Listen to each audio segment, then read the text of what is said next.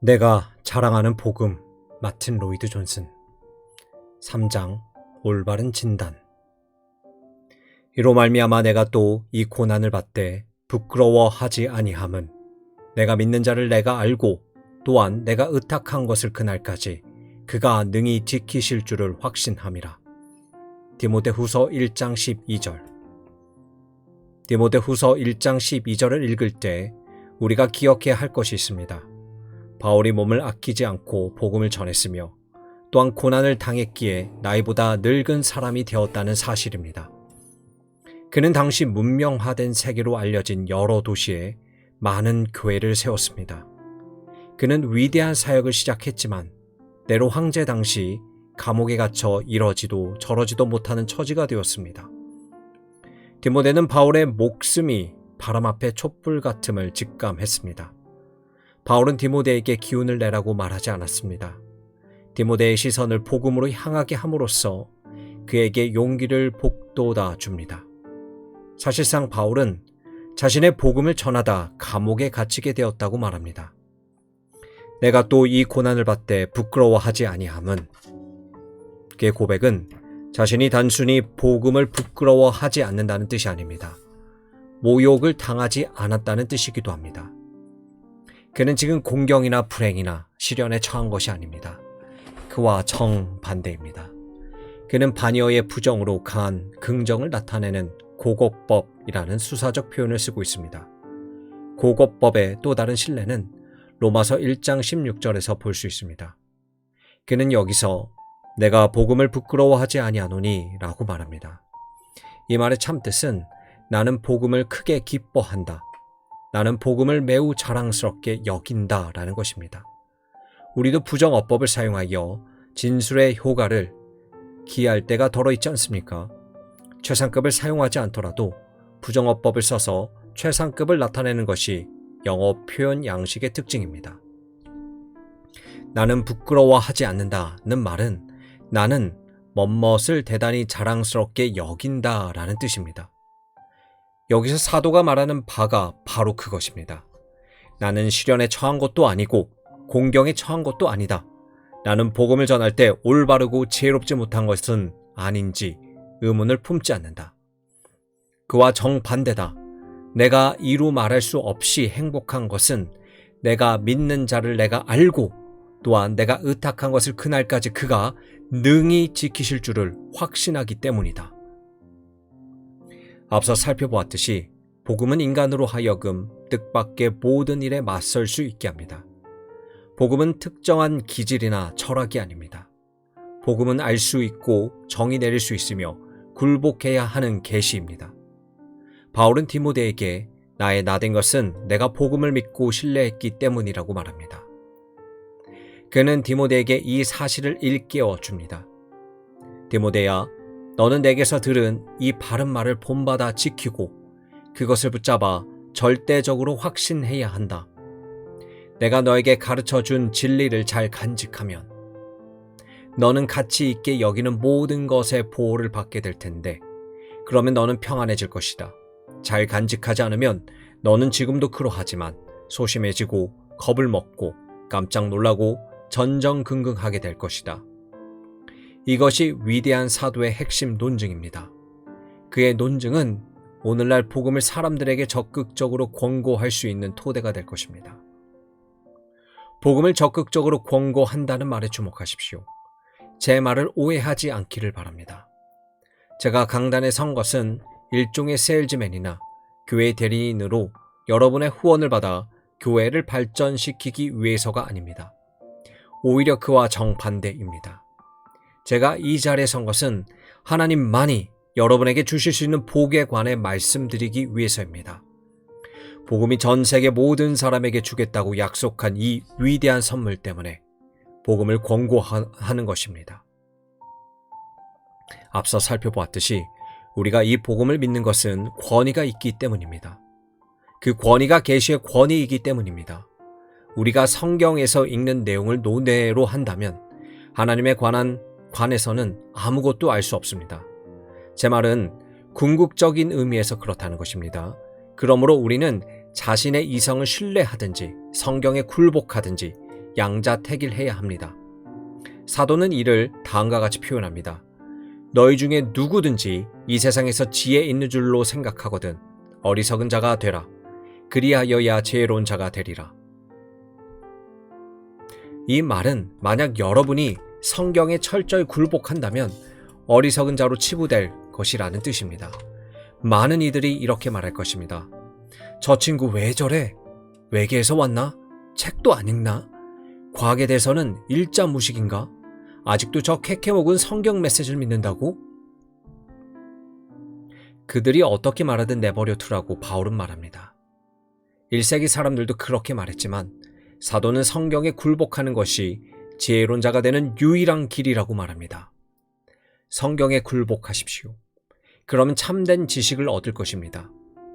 이 세상이 자기 지혜로 하나님을 알지 못하므로 고린도전서 1장 21절 인간이 인생의 중대한 근본 문제들에 관해 모르기는 1세기나 지금이나 마찬가지입니다. 성경은 여전히 우리의 유일한 권위입니다. 그렇다면 성경의 메시지는 무엇입니까? 사도들이 주 예수 그리스도께 받아 우리에게 전한 메시지는 무엇입니까? 바울은 자신이 전한 메시지를 굳게 붙잡으라고 디모데에게 말합니다. 그리고 그는 다른 사도들도 그 메시지를 전했다고 다른 서신에서 말합니다. 하나님과 구원에 관한 사도들의 의견은 일치했습니다. 그들은 하나같이 동일한 메시지를 전하고 있었습니다. 왜 그렇습니까? 그들은 동일한 인물에게 메시지를 받았기 때문입니다.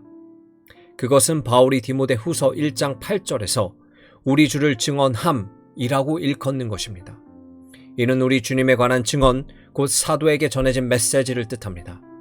바울은 내가 받은 것을 먼저 너희에게 전하였노니 라고 말합니다. 메시지가 바울에게 전해졌고 바울은 그 메시지를 사람들에게 전했습니다. 그는 단지 중개소 역할만 했을 뿐입니다. 그는 메시지의 창시자가 아니었습니다. 그는 부활하여 승천하신 주님께 메시지와 사도의 권위를 받았습니다. 이것이 바울을 사도가 되게 하는 근거입니다. 그런 후에 성령이 그에게 임하자 그는 성령과 능력을 나타내면서 하나님의 진리를 선언하고 선포했습니다. 이것이 오늘날 우리가 믿는 메시지입니다. 그 메시지는 우리가 지금 살펴보고 있는 바로 그 구절에 완벽하게 요약되어 있습니다. 사도는 여기서 기독교 교리를 탁월하게 요약하고 있습니다. 여러분은 신약 성경 곳곳에서 그러한 요약을 보게 될 것입니다. 사도들은 기독교 교리의 개요를 선보이는 것을 매우 자랑스럽게 여겼습니다. 그들은 기독교 교리의 총론을 끊임없이 즐겨 설명했습니다. 바울이 전도자 디모데에게 편지를 쓰면서 복음과 구원의 요소들을 상기시키는 모습을 상상해 보십시오. 사도는 아주 현명해서 전도자라 할지라도 복음의 기본 진리를 망각하면 공경에 처하게 된다는 것을 알고 있었습니다. 오늘날 많은 전도자들이 낭패를 보는 것은 동일한 기본 진리에서 벗어났기 때문입니다. 그들은 그 사실을 깨닫지 못하고 있습니다. 그들에게 필요한 것은 바울의 가르침입니다. 그 가르침은 우리 모두에게도 필요합니다. 여기서 우리는 복음의 기본 진리에 대한 하나의 요약을 봅니다. 물론 초대교회도 그 진리를 다양한 방식으로 요약했습니다. 우리가 살펴본 대로 위대한 신조나 사도신경 등은 기독교 교리를 요약한 것으로 기독교에서 없어서는 안 될 주요한 요소들을 보여줍니다. 사도가 디모데 후서에서 하는 것도 그와 같은 요약입니다. 이것은 또한 여러분과 제가 함께 숙고해야 할 내용입니다. 저는 이것을 강조합니다. 사도가 여기서 요약하고 있는 위대한 원리, 곧 그의 전반적인 입장의 근거가 되는 것을 다음과 같이 설명할 수 있기 때문입니다. 특정한 문제로 시작해 그 문제에 대해 난상 토론을 벌이는 것보다 인생에서 더 중대한 것은 없습니다. 우리 모두는 천성적으로 그렇게 하려는 경향이 있습니다. 우리는 우리가 당면한 특정한 문제들에 관심을 가지며 그 문제들에 관해 스스로 질문을 던집니다. 그리고 그 문제 전체나 그 중 특정한 문제에 관해 토론하고 싶어 합니다. 우리는 이 문제에 대한 기독교의 입장은 무엇인가 같은 식으로 질문을 던집니다. 성경은 그러한 질문 과정이 매우 중요하다고 답변합니다. 성경에 의하면 어떤 특정한 질문이나 문제는 전체적인 관점에서 볼 때만 이해가 가능합니다. 우리는 부분이 아니라 전체로 시작합니다. 특정한 것들은 전체의 관점에서만 이해할 수 있습니다. 말할 필요도 없이 이것은 절대적으로 중요한 원리입니다. 제가 이 문제에 지대한 관심을 갖고 있기에 분명한 신뢰를 들어 설명하더라도 이해해 주시리라 믿습니다. 일반이나 전체를 무시한 채 특정한 사항에 지나치게 관심을 가지는 것은 마치 의사가 질병에는 무관심하고 증상 그 자체만 관심을 보이는 것과 매우 흡사합니다. 의사로서의 경험에 비추어 보건대 그것은 의술에 있어 대단히 심오한 원리입니다. 환자들은 언제나 증상에만 관심을 보입니다. 당연한 일입니다. 환자들은 질병에 대해 잘 모르지만 자신의 두통이나 옆구리 통증에는 촉각을 곤두세웁니다. 그는 오로지 두통이나 통증에서 벗어날 생각만 합니다. 그 밖에 다른 일에는 관심이 없습니다. 물론 환자들이 의학에 대해 잘 모르기 때문입니다. 증상은 질병이 아닙니다. 질병의 징후를 나타내는 것입니다. 정말로 중요한 것은 증상이 아니라 질병입니다. 증상은 전문의가 질병을 진단할 수 있도록 돕는 자연의 놀라운 단서라 할 수 있습니다. 의학의 모든 문제는 증상의 출현에서 시작됩니다. 인간의 특정한 질병이 특정한 증상을 나타낸다는 사실에 주목하기 시작했습니다. 그러므로 여러분은 드러나는 증상에서 시작할 수 있습니다. 여러분이 의사로서 해야 할 일을 알고 증상을 적절히 다룬다면 질병의 근본 원인을 발견하고 질병을 치료할 수 있게 됩니다. 여러분은 그저 증상에 대한 치료에서 멈추지 않습니다. 만약 그렇게 한다면 환자에게 중대한 과실을 범하는 것입니다. 그로 인해 환자는 결국 목숨을 잃게 될지도 모릅니다. 여러분이 환자에게 모르핀 주사를 놓으면 고통은 사라지고 모든 것이 회복된 듯 합니다. 하지만 반드시 그렇지는 않습니다. 그 병이 암이라면 암세포는 계속 커질 것입니다. 환자는 통증이 더 심해졌어요 라고 호소합니다. 여러분은 또다시 진통제를 놓습니다. 환자가 통증을 호소할 때마다 여러분은 진통제를 놓습니다. 환자는 여러분이 매우 자상한 의사라고 생각할 것입니다. 하지만 환자는 암으로 죽고 맙니다. 의사가 할 일은 주사를 놓는 것이 아닙니다. 먼저 현재 상태가 어떤지를 진단하고 그러한 증상이 나타나는 이유가 무엇인지를 찾아내는 것입니다. 의사는 이 특정한 증상의 원인이 무엇인지 정확히 알고 자신이 그것을 다룰 입장이 되기 전에는 증상 치료에 나서지 않습니다. 올바른 진단이 나온 후에야 의사는 본격적으로 치료에 들어갈 준비를 합니다. 증상은 질병을 다루는 과정에서 부수적으로 치료됩니다. 기독교도 이와 매우 흡사합니다. 제 말이 무슨 뜻인지 이해할 수 있겠습니까? 또 다른 신뢰를 들어보겠습니다. 의대생조차도 어떤 증상이 문제인지를 알아내기가 매우 어려울 때가 있습니다. 어떤 사람이 의사가 되고 싶어 합니다. 그렇다면 그는 첫 해에 화학과 물리학과 생물학을 지겹도록 공부해야 합니다. 대체 이것은 배워서 어디에 써먹지? 나는 환자들을 다루고 싶은데 말이야 라고 그는 푸념합니다. 하지만 그는 이 과목들을 이수해야 합니다.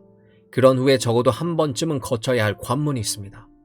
환자를 대면하지 않는 채 환자 입장에서 최소한 1년 8개월 이상 해부학과 생리학을 공부하고 지겹도록 시체 해부를 하면서 신경과 혈관과 인체 내 장기들을 샅샅이 살펴야 합니다. 세상에 이런 엄청난 시간 낭비가 어디 있습니까? 왜 그는 환자를 상대하고 질병을 치료할 수 없을까요? 여러분은 그러한 수양 과정의 목적을 파악하셨습니까?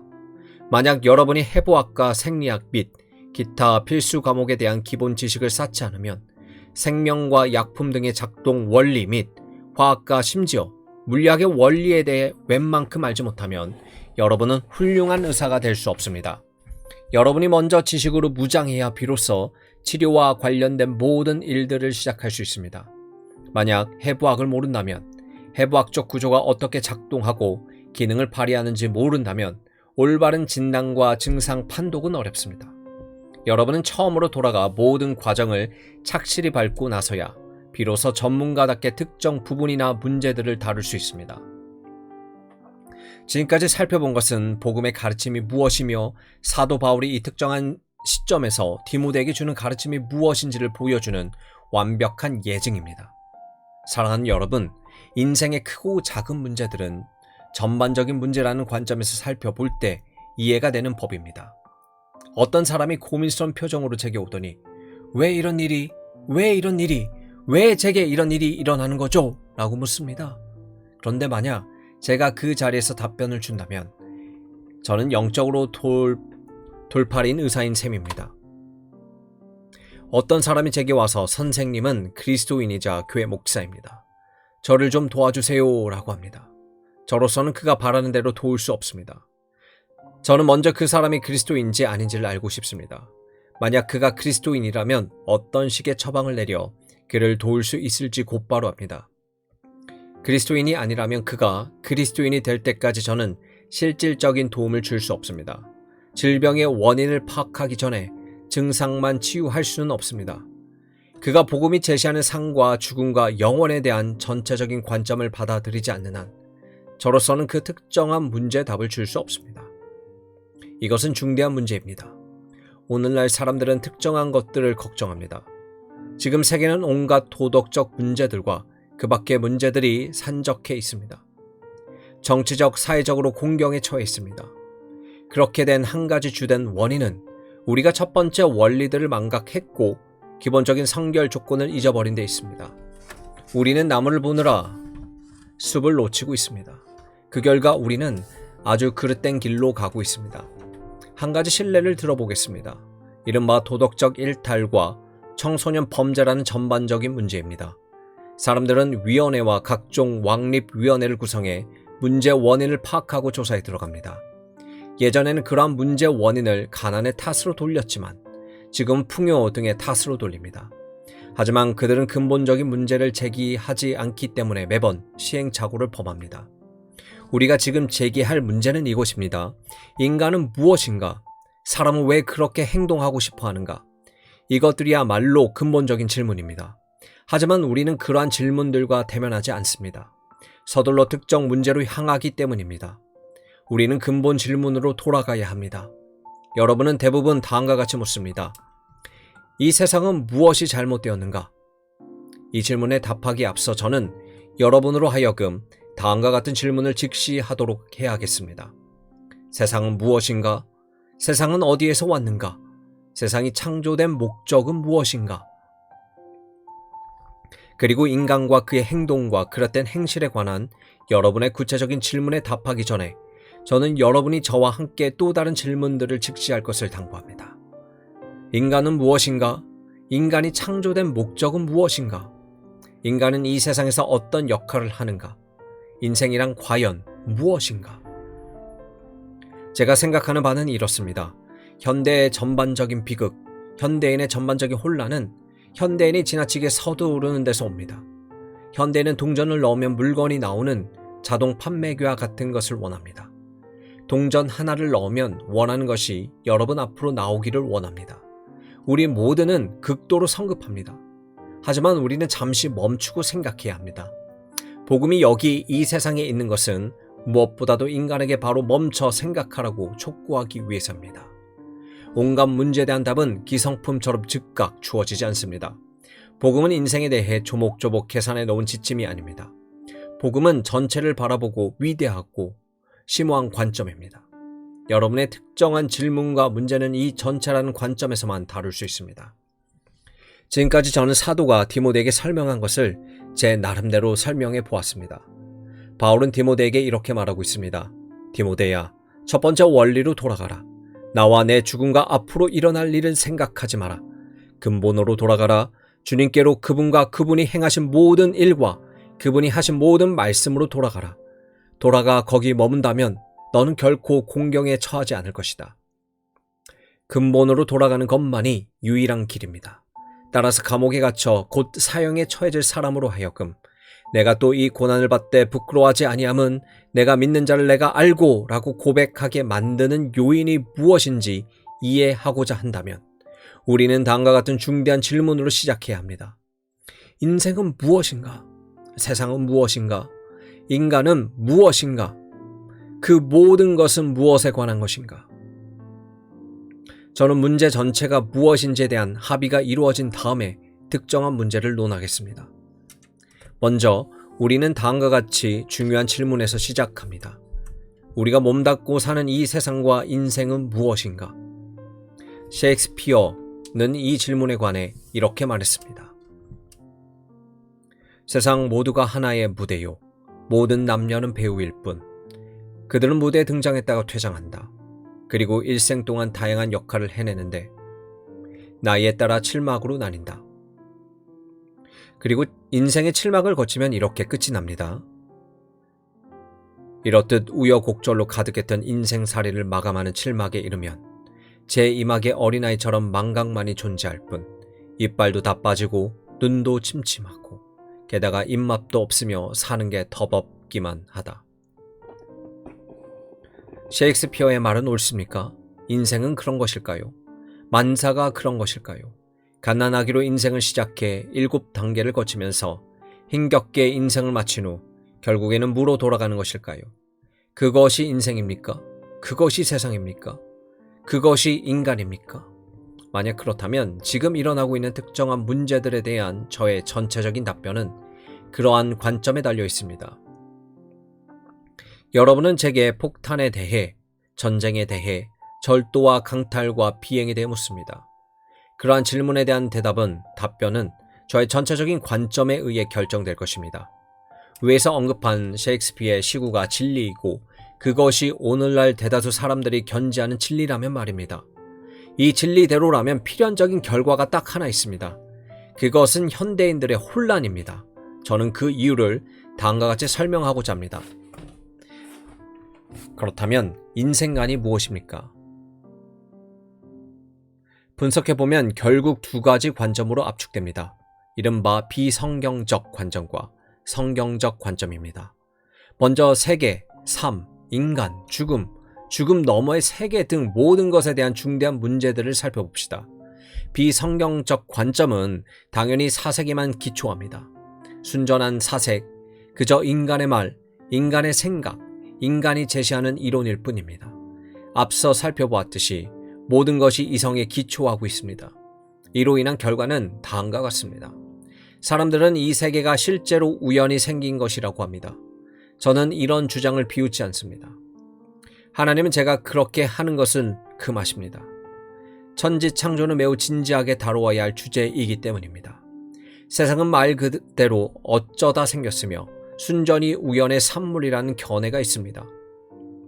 두 행성이 어떤 특정한 시점에서 서로 아주 근접하다가 충돌했는데 어느 하나가 다른 하나를 산산조각 내면서 공간으로 떨어져 마침내 우주가 되었다는 이론을 우리는 익히 알고 있습니다.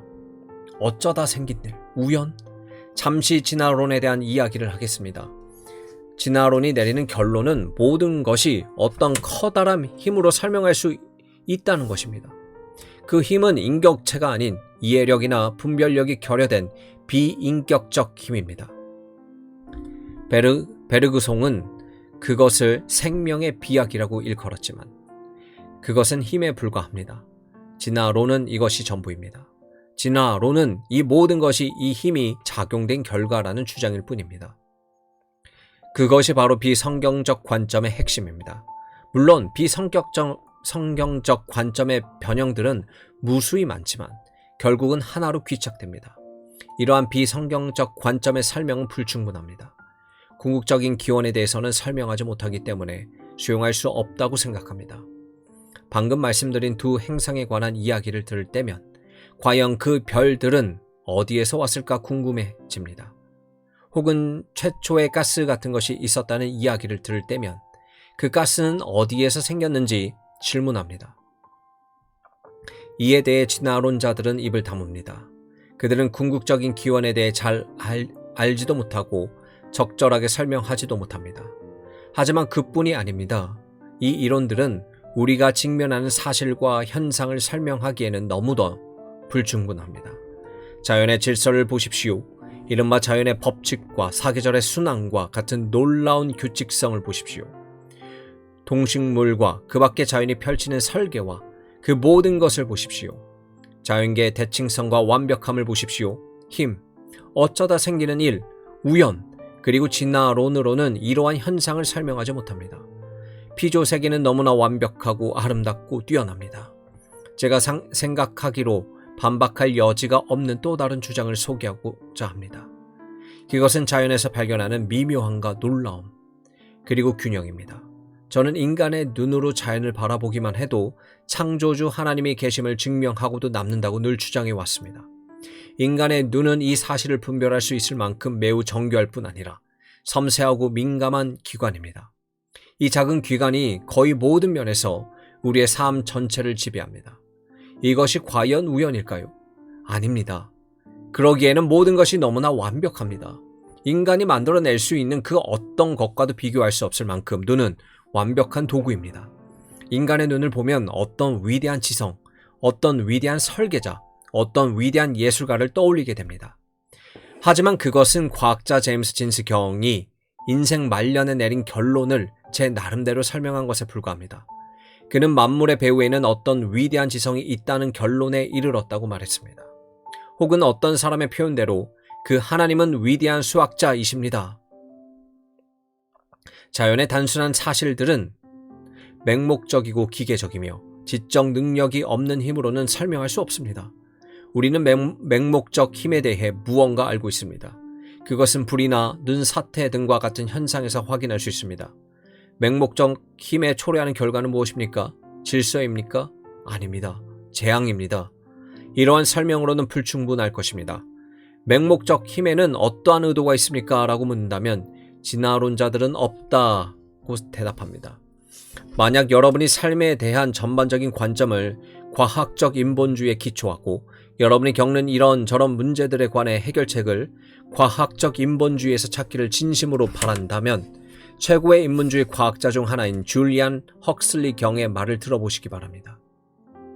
그는 매우 솔직하게 삶 전체에는 어떤 목표나 목적이고 의도도 없다고, 털큰 만큼도 없다고 말합니다. 그 모든 것이 우연이기 때문에 모든 일이 일어날지 도무지 알 수 없습니다. 어떤 목적이나 목표나 계획이 없습니다. 성경과 무관한 인생관은 그럴 수밖에 없습니다. 사도행전 14장에 비성경적 인생관에 대한 묘사가 나옵니다. 여기서 우리는 이교도 세계의 실상을 볼 수 있습니다. 그들은 신들에게 의지할 수밖에 없습니다. 이곳 루스다르에서 바울과 바나바가 표적과 기사를 행하는 것을 본 이방인들은 이들은 신이로다, 바나바는 제우스요, 바울은 그 중에서 말하는 자이므로 헤르메스로다 라고 말했습니다. 그러면서 그들은 바울과 바나바에게 제사를 드리고자 했습니다. 하나님 없는 세상은 그렇습니다. 모든 것이 우연이거나 운명이거나 운입니다. 그리고 그 배후에는 보이지 않는 신들이 있을 수도 있습니다. 삶이 그런 식으로 규정됩니다. 삶이란 단지 하나의 신비, 하나의 수수께끼일 뿐입니다. 목적이 있습니까? 전혀 없습니다. 소망이 있습니까? 한마디로 없습니다. 털끝만큼도 없습니다. 우리가 이 세상에서 힘든 시간을 보낸다면 글쎄요, 그것은 운이 나쁘기 때문이겠지요. 그러니까 우리는 할 수 있는 한 불운에서 최선의 결과를 도출해야 됩니다. 그렇지 못하면 냉소주의에 빠지고 말 것입니다. 빅토리아 시대에 매우 유능한 인물인 월터 세베지 랜던은 이러한 사상에 푹 빠져 냉소주의자가 되었습니다. 그는 죽음을 앞둔 늙은 철학자의 말이라는 시에서 자신의 인생 철학을 노래합니다. 싸울 만한 상대가 없어 아무와도 싸우지 않겠다. 자연을 사랑했고 자연을 다음으로 예술을 사랑했다. 두 손을 내밀고 삶의 모닥불을 쬐었다. 불길은 쓰러지고 나는 이제 떠날 준비를 하고 있다.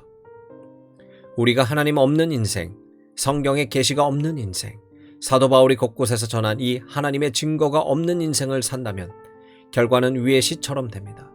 아무와도 싸우지 않았다. 왜 그럴까요? 싸울 만한 상대가 없어. 여기에는 일말의 자만심과 냉소주의가 뒤섞여 있습니다. 어느 것도 쌓을 만한 가치가 없습니다. 어느 누구도 쌓을 만한 가치가 없습니다. 나는 무엇에 의지해 살아갑니까? 경치가 아름다웠기에 자연을 사랑했습니다. 나는 자연에서 무언가를 취했는데 그로 인해 잠시나마 행복할 수 있었습니다. 먼지가 날리는 너저분한 도시를 떠나 산꼭대기로 올라갔을 때 말입니다. 그런 후에 자연을 사랑했고 자연 다음으로 예술을 사랑했습니다. 예술가가 내게 상당한 도움을 줄 수 있기에 나는 꽤 유익한 시간을 보냈습니다. 두 손을 내밀고 삶의 모닥불을 쬐었다. 그리고 나는 멋진 시간을 가졌습니다. 대낮에는 강렬한 햇빛이 있었고 오후에 차 마시는 시간에도 햇빛은 여전히 강렬의 손을 쬐어 따뜻하게 했습니다. 모두와 더불어 행복을 누렸습니다. 하지만 불길이 쓰러지면 내가 어떻게 해도 그것을 되살릴 수 없습니다. 예술가도 어쩔 수 없고 자연도 어쩔 수 없습니다. 불길이 쓰러지고 기력이 쇠해지며 종말이 다가오고 있습니다. 불길이 쓰러지고 이제 나는 신사답게 자리를 뜨면 됩니다. 나는 이제 떠날 준비를 하고 있다. 그러나 나는 행선지를 모릅니다. 소망이 없습니다. 모든 것이 끝났습니다. 인생에 남는 것은 무엇입니까? 그처럼 안달복달한 가치가 있는 것일까요? 인생에 대한 그러한 태도는 냉소주의로 이어지고 결국에는 절망과 자살에 이릅니다. 인생은 무가치합니다. 쌓을 만한 가치가 있는 사람이 하나도 없다면 어떤 의미에서 인생은 살 만한 가치가 없는 것입니다. 일이 잘못되더라도 우리는 그것과 맞서 싸워야 할 까닭이 어디 있습니까? 결국 우리는 해답을 얻지 못합니다. 묘궁에 빠진 우리는 두려움을 느낍니다. 미지의 나라, 그 경기에서 돌아오는 여행객은 아무도 없다라는 생각을 합니다. 그런 생각을 하지 않는다면 나의 결단을 내리려는 본래적 경향으로 인해 문제를 즉시 해결할 것입니다. 하지만 실제로는 그렇게 하지 못합니다. 이것이 일반적인 관점입니다. 이제 이와 다른 성경적 관점을 살펴보겠습니다. 이 관점은 성경의 가르침이며 바울이 전한 메시지며 그를 지금의 사도로 만든 원천이었습니다. 성경적 관점은 하나의 철학입니다. 삶과 죽음, 죽음 너머의 세계를 통해 인간을 살핍니다. 인간으로 하여금 어떤 상황에서든 준비하게 하고 만족을 느끼게 합니다. 그러므로 그는 살금살금 피하지 않습니다. 그는 찬양하고 크게 기뻐하고 즐거워하며 넉넉히 이깁니다. 여느 사람들과는 다른 방식으로 앞을 내다봅니다. 이제 사도의 위대한 가르침과 성경 전체 가르침을 고찰해 보겠습니다. 루스드라의 바울과 바나바가 이야기로 돌아갑니다. 바울이 기적을 행하는 것을 목격한 그곳 사람들은 이들은 신이다. 그들에게 제사를 드리자라고 하면서 실제로 그렇게 할 채배를 했습니다. 그러자 바울은 그만두십시오. 여러분에게 부탁하니 제발 어리석게 행동하지 마시오 라고 소리쳤습니다. 그는 말합니다. 여러분이 이러한 일을 하는 것은 그동안 우상들 섬겨왔고 삶을 두려워하며 알지 못하기 때문이요. 그래서 여러분은 신들을 만들어냈고 핑곗거리를 찾기 위해 우상들을 만들었소. 그리고 여러분은 알지 못하는 신들을 섬기고 있어. 여러분은 지금 하나님을 섬기고 있다고 생각하지만 이 신들이나 우상들은 헛것이요. 그들은 비어있고 거기에는 아무것도 없소. 내 말을 잘 들으시오 라고 하면서 살아계신 하나님을 그들에게 전했습니다. 그것이 그가 전하는 말 아니었습니까? 이것이 성경의 전체 메시지입니다. 사도가 루스드라에서 한 말은 현대인들에게 주는 복음의 메시지를 완벽하게 요약하고 있습니다. 여러분이여 어찌하여 이러한 일을 하느냐? 우리도 여러분과 같은 성정을 가진 사람이라. 여러분에게 복음을 전하는 것은 이런 헛된 일을 버리고 천지와 바다와 그 가운데 만물을 지으시고 살아계신 하나님께로 돌아오게 함이라. 사도행전 14장 15절. 그러면서 바울은 루스드라 사람들에게서 살아계신 하나님을 자세히 설명했습니다. 이것이 바로 성경의 메시지입니다. 성경은 영혼을 다루는 위대한 안내서이자 인생 교과서입니다. 성경은 우리 문제에 실제적인 답변을 주는 책입니다. 성경은 어떻게 그런 일을 할까요? 함께 살펴봅시다. 성경은 이렇게 묻지 않습니다. 지금 기분이 안 좋으세요? 낫고 싶으세요? 지금 외로움을 달래줄 친구가 필요한가요? 행복하고 기쁜 일이 좀 생겼으면 합니까? 따라오시겠어요? 이것은 사교의 방식입니다. 그것은 성경이 아닙니다. 성경은 다릅니다. 문제가 생겼을 때 우리는 성경을 꺼내 읽습니다. 성경은 태초에 하나님으로 시작합니다. 성경은 결코 인간으로 시작하지 않습니다. 언제나 하나님으로 시작합니다.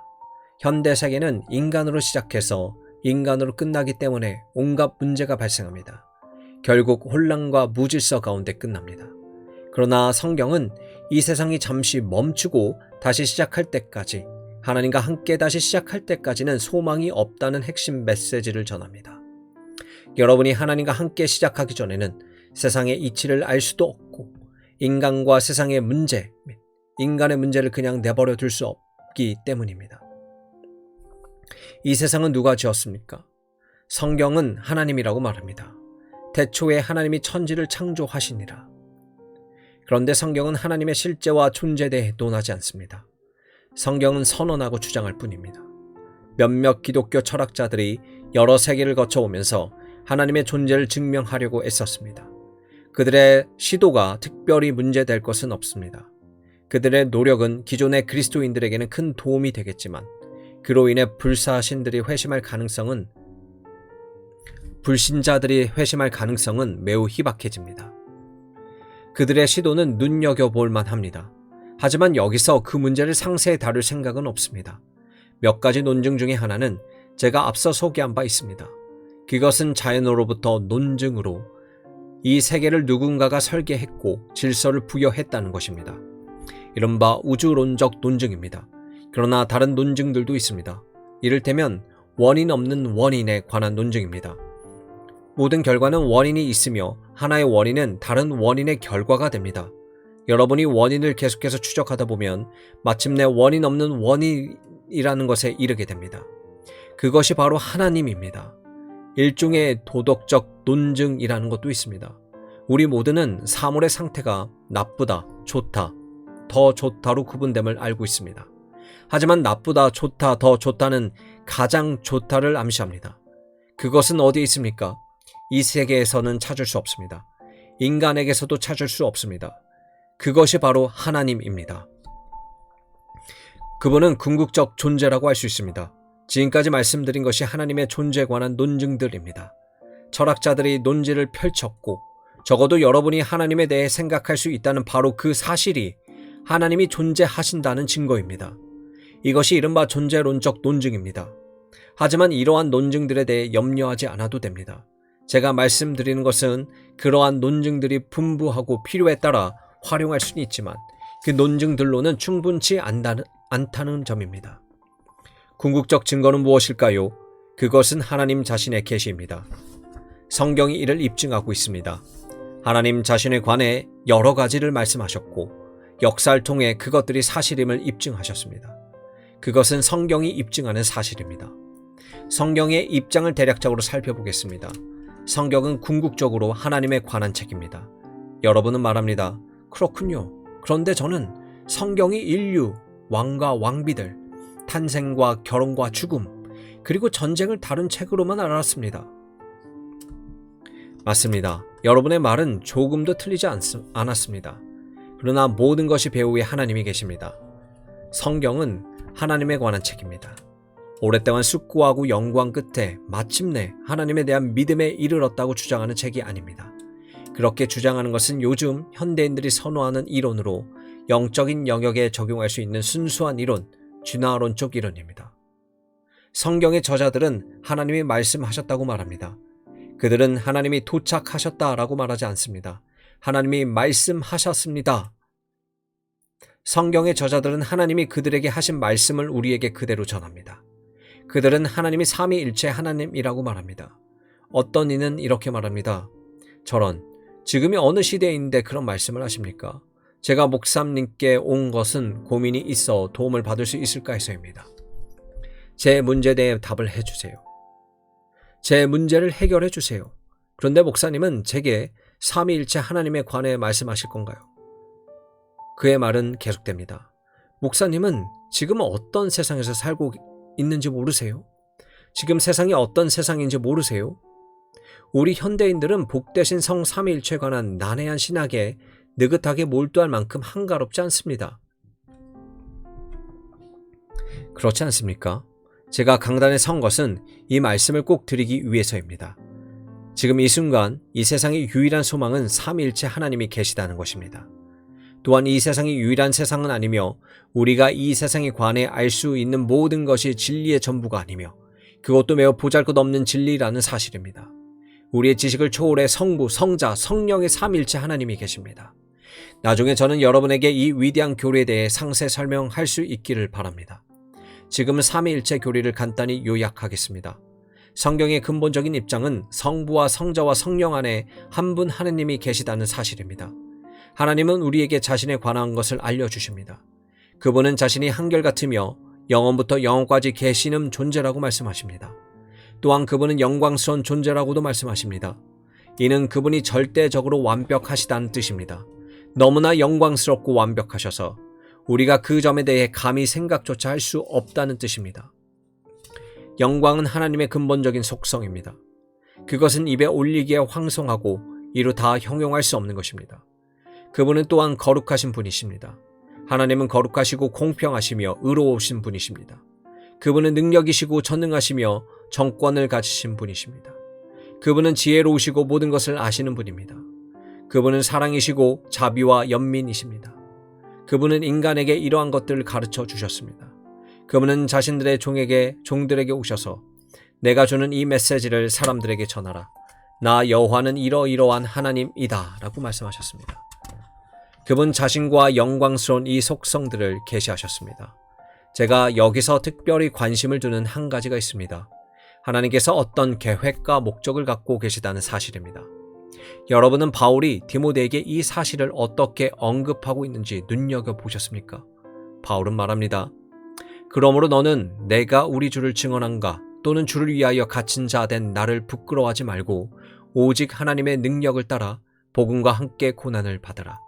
하나님이 우리를 구원하사 거룩하신 소명으로 부르심은 우리의 행위대로 하심이 아니요 오직 자기의 뜻과 영원전부터 그리스도 예수 안에서 우리에게 주신 은혜대로 함이니라. 베드로후서 1장 8절에서 9절. 이것이 제게는 만물에 감추어진 모든 비밀입니다. 우리가 살고 있는 이 우주는 어쩌다 생긴 것도 우연의 산물도 아닙니다. 이 우주는 삼위일체 하나님이 영원 전부터 어떤 목적과 계획을 실행하신 결과로 생성된 것입니다. 영원하신 하나님은 세상을 창조하시기로 결정하시고 바라시고 택하시고 작정하셨습니다. 이 세계는 어쩌다 생긴 것이 아닙니다. 맹목적 힘들이 상호작용한 결과가 아닙니다. 하나님께서 만들고 창조하시기를 결정하신 것입니다. 태초에 하나님이 천지를 창조하시니라. 세상은 그렇게 생겨났습니다. 나아가 사도 바울이 로마서 1장 18절 이하에서 이 사실에 대해 어떻게 논증하는지 살펴보십시오. 하나님의 진노가 불의로 진리를 막는 사람들의 모든 경건하지 않음과 불의에 대하여 하늘로부터 나타나나니 이는 하나님을 알만한 것이 그들 속에 보임이라. 하나님께서 이를 그들에게 보이셨느니라. 창세로부터 그의 보이지 아니하는 것들 곧 그의 영원하신 능력과 신성이 그가 만드신 만물에 분명히 보여 알려졌나니 그러므로 그들이 핑계하지 못할지니라. 바울은 인간에게 볼 수 있는 눈이 있다면 하나님의 표주와 증거를 그가 만드신 것 가운데서 볼 수 있다고 말합니다. 예컨대 하나님의 보이지 않는 것들 곧 그분의 능력과 신성과 창조도 되심을 알 수 있습니다. 여러분이 바라보기만 하면 창조 세계의 경이와 기적과 완벽함과 균형을 확인할 수 있습니다. 하나님, 그분은 태초에 만물을 조성하셨습니다. 시간을 창조하셨으며 또한 세상과 인간을 완벽하게 지으셨습니다. 그분은 천사들과 눈에 보이지 않는 영적 존재들을 지으셨습니다. 하늘과 땅과 동물들을 지으셨습니다. 인간을 지으시고 만물을 조성하셨는데 그 모든 것이 보시기에 좋았고 완벽했습니다. 성경은 바로 그 관점으로 여러분이 특정 문제에 직면하도록 합니다. 여러분은 우주의 전체적인 기원으로 시작합니다. 그런 후에 여러분은 제게 말합니다. 그건 멋진 생각이군요. 그러나 성경이 말하는 세상은 오늘날 우리가 살고 있는 세상과 다르지요. 이 세상은 그렇게 완벽하지 않거든요. 어디를 가나 결함투성입니다. 어디를 가나 다툼과 시기와 질투와 전쟁과 비통과 술취함과 불신뿐이죠. 세상은 무질서한데 목사님은 하나님이 완벽하게 창조하셨다고 하시는군요. 이 점에 대해 뭐 하실 말씀이라도 있는 건가요? 물론입니다. 알고 있지요. 성경이 들려줄 이야기는 무궁무진합니다. 성경은 천사들의 이야기를 말해줍니다. 하나님께서 완벽하게 창조하셨고 절대 자유의지를 주신 몇몇 천사들이 자신들도 하나님처럼 되고 싶다는 교만에 빠져 그분에게 반기를 들었습니다. 그들이 타락하여 전 우주에 영향을 미쳤습니다. 그것이 바로 마귀이며 그렇게 해서 인간이 타락했습니다. 여러분은 지금이 어느 때인데 그런 걸 다 믿으세요 라고 말합니다. 사랑하는 여러분, 오늘날 세상 돌아가는 모습을 보면 그것을 믿지 않을 수가 없습니다. 이 세상은 나아지지 않고 더 나빠지는 것을 봅니다. 타락의 교리, 악의 교리, 지옥의 교리, 악마의 교리를 떠나서는 인생을 이해하지 못합니다. 그 모든 것이 여기 성경에 들어 있습니다. 성경은 그러한 교리들을 설명합니다. 그것은 뜻밖의 일이거나 우연한 일이 아닙니다. 하나님은 세상을 완벽하게 지으셨지만 마귀의 농간과 악의 침투와 그들의 악 영향으로 인해 세상은 타락했습니다. 그러나 성경은 인간의 타락과 악의 세력에 대해 말하는 데서 그치지 않습니다. 더 나아가 소망이 있다고 말합니다. 앞서 살펴보았듯이 오늘날 세상이 이렇게 된 것은 마귀의 농간과 인간의 타락 때문이었습니다. 소망이 있기는 할까요? 철학에 소망이 있습니까? 정치에 있습니까? 진화론에 있습니까? 글쎄요, 모두 아닙니다. 당연히 거기에는 소망이 없습니다. 세상은 개성과 악화, 상승과 하강의 순환을 되풀이합니다. 세속의 역사를 보면 이 사실을 알 수 있습니다. 마치 우리가 목표 지점에 도달한 것처럼 보이지만 결코 도달하지 못한 채 되돌아갑니다. 문명의 시대가 끝나면 암흑의 시대가 뒤를 잇듯이 순환의 역사가 계속됩니다. 세상에는 전혀 소망이 없습니다. 없습니까? 있습니다. 삼위일체 하나님은 아직도 이 세상에 관심을 두고 계십니다. 인간이 자기 꾀에 넘어가 타락했고 마귀의 말을 듣고 그의 하수인으로 전락했음에도 하나님은 이 세상을 포기하지 않으셨습니다. 이것이 바로 소망입니다. 하나님은 지금도 이 세상에 관심을 가집니다. 이신론의 교리는 시계공이 시계를 만들어 태엽을 감고 바닥에 내려놓은 후에는 더 이상 신경 쓰지 않는 것처럼 하나님도 우주에 대해 그렇게 하신다고 주장합니다. 이는 전적으로 잘못되었습니다.